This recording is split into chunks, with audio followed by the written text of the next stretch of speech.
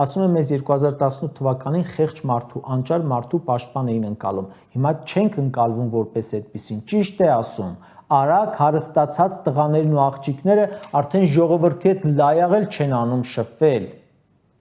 Նամակներն ուղարկեք ազգային ժողով, կառավարություն, մեր աշխատակազմերին ու գնում կորչում են ու մեղադրում են, դուք աղքատ եք, որովհետև գիտելիք չունեք։ Այսօր էլ խոստովանեցին, որ տգետ է նաև պետության թիվ 1 պաշտոնը զբաղեցնողը ամբողջ թիմով։